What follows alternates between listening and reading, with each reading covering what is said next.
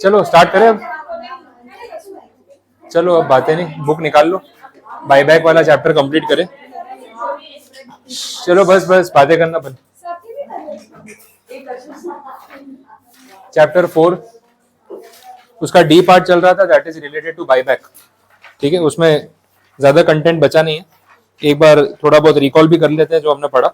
Buyback of securities की बात हो रही थी, जहाँ पे कंपनी अपने खुद के शेयर्स इन्वेस्टर्स से वापस मंगवा लेती है।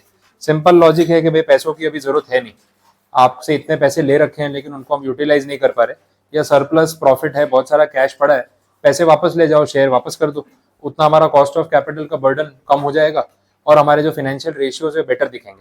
ये कम कैपिटल में ज्यादा प्रॉफिट जनरेट होता हुआ दिखेगा तो एग्जिस्टिंग इन्वेस्टर्स को अच्छा ही लगेगा कि यार कंपनी बेटर परफॉर्म कर रही है और अनयूटिलाइज कैपिटल कोई काम नहीं आ रही, तो उससे वैसे भी हमारा प्रॉफिट रेशियो जो है या रिटर्न ऑन कैपिटल एम्प्लॉयड जो है वो सब कम दिखता है, तो उसको इंप्रूव करने के लिए अपने यहाँ पे बाईबैक कर सकते हैं। तो ये बेसिक थियरी है। पैसे कहाँ से आएंगे वो हमने देखा, फ्री रिजर्व्स, सिक्योरिटी प्रीमियम और प्रोसीड्स करके आप पैसा रेज कर सकते हो। शेयर कहाँ से बाईबैक करोगे, तो या तो ओपन मार्केट से ले लो, या जो आपके इक्विटी इन्वेस्टर्स हैं उनसे प्रो रेटा बेसिस पे वापस ले लो, या फिर ईसोप वाले जो शेयर्स होते हैं या स्वेट इक्विटी होती है जो एम्प्लॉयज को दिए होते हैं, उनको भी आप बोल सकते हो कि आप वापस करना चाहो तो कर दो। तो वो भी सारे ऑप्शंस हैं जहां से आप ये शेयर्स वापस मंगवा सकते हो। ये सब हमने देखा। अब बाकी फिर इसका प्रोसीजर था, कितना बाईबैक कर रहे हो उसके बेसिस पे डिपेंड करता है कि प्रोसीजर क्या फॉलो करना है। अगर आप 10% तक बाईबैक कर रहे हो of paid up capital plus free reserves, तो बोर्ड रिजोल्यूशन इज इनफ। 25% तक जा रहे हो, 10 to 25, तो स्पेशल रिजोल्यूशन शेयर होल्डर से पास ऑन करवाना पड़ेगा, ये क्राइटेरिया है। उससे ऊपर बाईबैक करना हो तो ठीक है, वो पॉसिबल नहीं है। ठीक है, तो लिमिट है मैक्सिमम 25%। ठीक है, अब एक्सप्लेनेटरी स्पेशल रिजोल्यूशन की जब बात आती है तो उसका जो प्रोसीजर है, कल हम बात कर रहे थे, पहले बोर्ड रिजोल्यूशन पास करने के लिए बोर्ड मीटिंग बुलाएंगे, वहाँ बोर्ड रिजोल्यूशन पास होगा, फिर जनरल मीटिंग का नोटिस ड्राफ्ट होगा, जनरल मीटिंग का नोटिस डिस्पैच करेंगे, उसमें एजेंडा मेंशन करेंगे, एजेंडा के साथ साथ आपको एक्सप्लेनेटरी स्टेटमेंट अटैच करना पड़ेगा जिसमें बाईबैक के बारे में सब कुछ समझाना पड़ेगा इन्वेस्टर्स को कि एग्जैक्टली क्या हो रहा है और इसका इम्पैक्ट क्या होगा, प्रमोटर्स ने क्या इसके अंदर किया है, कितने शेयर वो वापस देने को रेडी है, कितने नहीं, उनके लास्ट ट्रांजेक्शन्स क्या थे, वो सब यहाँ पे डिस्कस होने चाहिए, ये हमने देखा था। अब एक्सप्लेनेटरी स्टेटमेंट दे दिया, जनरल मीटिंग बुला ली, वहाँ स्पेशल रिजोल्यूशन पास कर लिया, तो फिर ये बाईबैक का प्रोसीजर हो सकता है। अच्छा, बाईबैक करने के लिए कुछ टाइम लिमिट थी आफ्टर पासिंग स्पेशल रिजोल्यूशन, 1 साल, 1 ईयर। अच्छा, जो सिक्योरिटीज अभी बाईबैक की है वापस री इशू कर सकते हैं इमीडिएट, कितने टाइम के बाद कर सकते हैं, 6 मंथ्स। ठीक है, ये हमने देखा। अच्छा, अगर बाईबैक बार बार करना हो तो कितने टाइम गैप पे हो सकता है, 1 ईयर या 12 मंथ्स। ठीक है, वही बात है, तो 1 साल में एक ही बार बाईबैक हो सकता है, रिपीटेड बाईबैक नहीं कर सकते।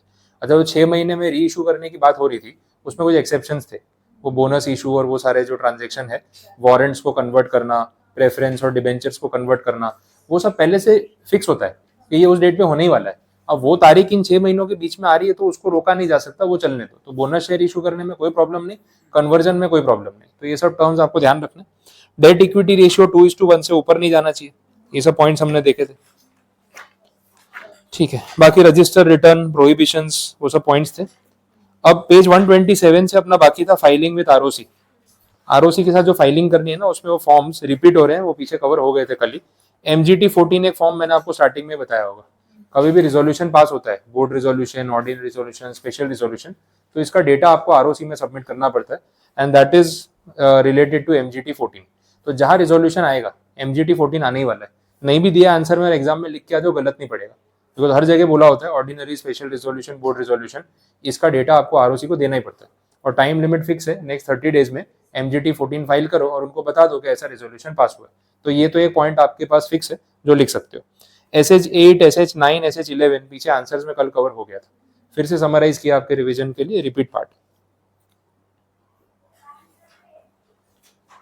Completion of verification of offers, जो ऑफर्स आए हैं, मतलब जिन लोगों ने बोला है कि हम बाईबैक में शेयर देने के लिए रेडी है, उनके ऑफर्स का वेरिफिकेशन अगले 15 दिन में हो जाना चाहिए। तो ये टाइम लिमिट है, फॉर्मेलिटी है, पेपर वर्क जो पूरा करना है वो हो जाना चाहिए। नेक्स्ट पॉइंट,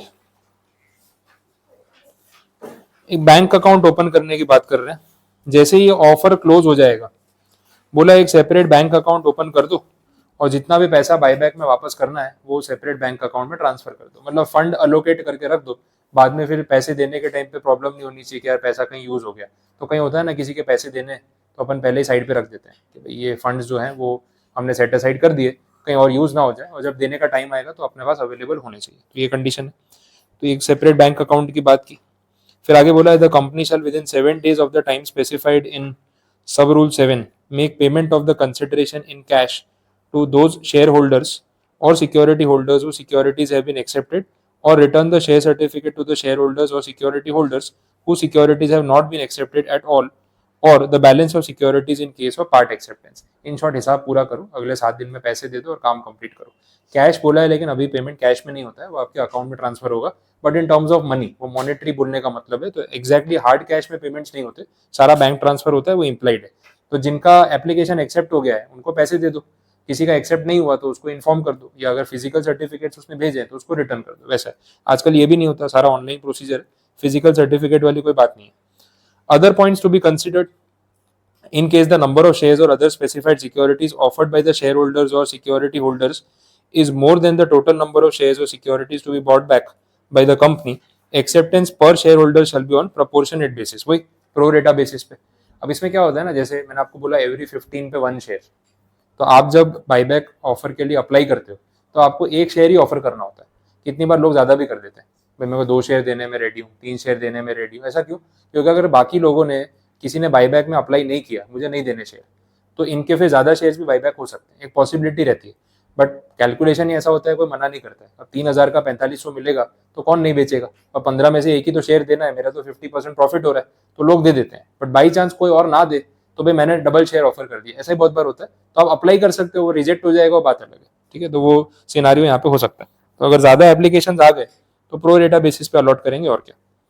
तो 68 से रिलेटेड सारे पॉइंट्स यहाँ पे रूल्स के साथ कंप्लीट। अब नेक्स्ट है section 69, transfer to an application of capital redemption reserve.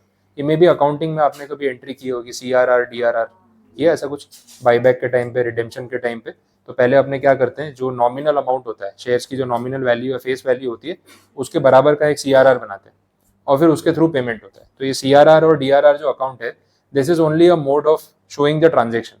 पैसा तो देना ही है अल्टीमेटली, लेकिन पहले आप ये पैसा CRR में ट्रांसफर करते हो, फिर उसके थ्रू पेमेंट करते हो, और लास्ट में फिर CRR जब दिख रहा होता है ऑन पेपर तो उसको जनरल रिजर्व में ले जाके क्लोज कर देते हैं। तो ये सिर्फ अकाउंटिंग ट्रीटमेंट है, एक एंट्री घुमा के पैसा दे रहे हैं, डायरेक्ट टू बैंक करके, ऐसा शेयर टू बैंक नहीं होता है। उसके बदले पहले CRR में जाता है, फिर वहां से पेमेंट होता है, बस उतना एक एक्स्ट्रा एंट्री होती है। This is a मियर formality. CRR में हमेशा फेस वैल्यू ही जाती है, नॉमिनल अमाउंट जाता है। अगर आप प्रीमियम पे कर रहे हो तो प्रीमियम की एंट्री CRR अकाउंट में नहीं जाती, वो या तो सिक्योरिटी प्रीमियम से पे होगा या आपके प्रॉफिट एंड लॉस अकाउंट से पे होगा। इसमें से यहाँ पे कोई उसका इफेक्ट नहीं आने वाला, वो अकाउंटिंग की बात है, वैसे यहाँ पे कोई मेंशन नहीं है उसका। लास्ट सेक्शन है सेक्शन 70, सर्कमस्टांसेस विच प्रोहिबिट बाईबैक। अब इसमें ऐसा है कि ये एक आंसर एग्जाम में बन सकता है। पूरा चैप्टर आप बाईबैक का इतना अच्छे से पढ़ के जाते हो, लास्ट तक आते आते फिर क्या ऐसे मन खत्म हो जाता है, बोले छोड़ो यार, मेजोरिटी तो पढ़ लिया ना, परसेंटेज भी लगा लेते हो, 95% तो पढ़ लिया, जाने दो, एक आंसर ही तो है। फिर वो यही आंसर पूछ लेते हैं, उनको मालूम है पूरा चैप्टर पढ़ के आया होगा, यहाँ तक आते आते छोड़ दिया होगा, जल्दी होगी, आंसर पढ़ा नहीं होगा, इतना क्वेश्चन गया 4 मार्क्स में, पूरा चैप्टर पढ़ा बर्बाद, कोई फायदा नहीं, क्योंकि जो आगे से पढ़ के गए वो पूछा नहीं, एक आंसर छोड़ दिया वो पूछ लिया। फिर आप क्या बोलते हो, बोले अपनी किस्मत खराब है, जो आंसर मैं छोड़ के जाता हूँ पक्का पेपर में आता ही आता है। मैं बोलता हूँ बाकी सबको बता दिया करके तू ये छोड़ के जा रहा है, एटलीस्ट उनको तो पूरा पेपर पता होगा, जो तू छोड़ के जा रहा है वही आने वाला है। ऐसा होता नहीं है, वो माइंड गेम होती है, उनको मालूम है यहाँ तक आते आते ना आप ये आंसर छोड़ दोगे, तो वो आपके पॉइंट ऑफ व्यू सोचते हैं कि आप क्या छोड़ के आ सकते हो, उसमें से कुछ क्वेश्चन उठा लेते हैं, फिर आपको लगता है मेरी किस्मत खराब है। किस्मत में कोई प्रॉब्लम नहीं, अपने ये आलस कर जाते हैं ना जो एंड तक आते आते, वहां प्रॉब्लम, यही पढ़ के गए होते इशू नहीं आता। पास पेपर्स में ये सेक्शन भी रिपीट हुआ है, वापस भी ऐसा हो सकता है। तो बोला है सर्कमस्टांसेस प्रोहिबिटिंग बाईबैक, देख लेते हैं क्या कंडीशंस है। नो कंपनी शैल डायरेक्टली और indirectly purchase its own shares और other specified securities through any subsidiary company including its own subsidiary. अपनी सब्सिडरी के थ्रू ये सब मत करो, आपको बाईबैक करना है ना, खुद अपने शेयर खरीद लो, कैंसिल करो, सब्सिडरी को बीच में क्यों ला रहे हो, उसके थ्रू कोई ट्रांजैक्शन डाइवर्ट नहीं करना है, वो क्लैरिफाई किया।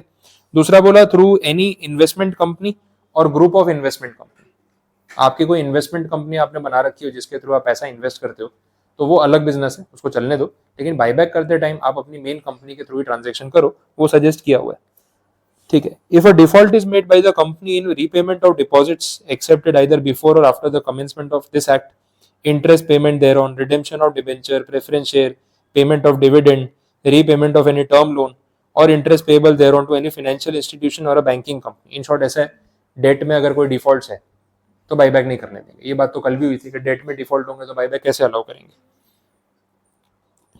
However, the buyback is not prohibited if the default is remedied and a period of 3 years has lapsed after such default cease to subsist.